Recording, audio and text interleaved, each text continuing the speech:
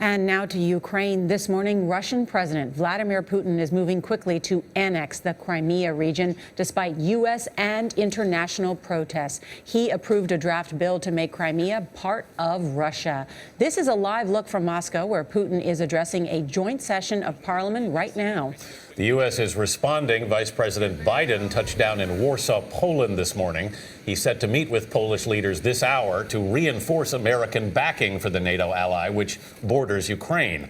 On Monday, President Obama imposed sanctions on Russian and Ukrainian officials for supporting the Crimean secession. Continued Russian military intervention in Ukraine will only deepen Russia's diplomatic isolation and exact a greater toll on the Russian economy. Going forward, we can calibrate our response based on whether Russia chooses to escalate or to de-escalate the situation. Bill Plante is at the White House with what the administration could do next. Bill, good morning.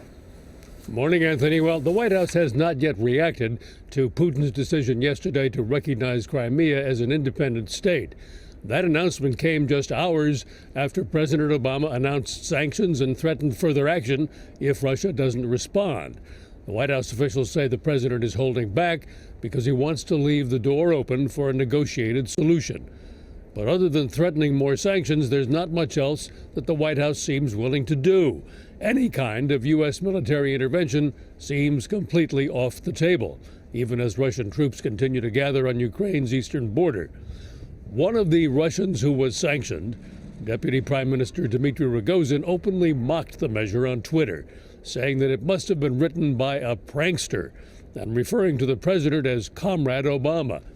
Critics call the sanctions toothless, but it's as far as the White House believes it can go, given Europe's dependence on Russian trade and energy. Nora, Anthony.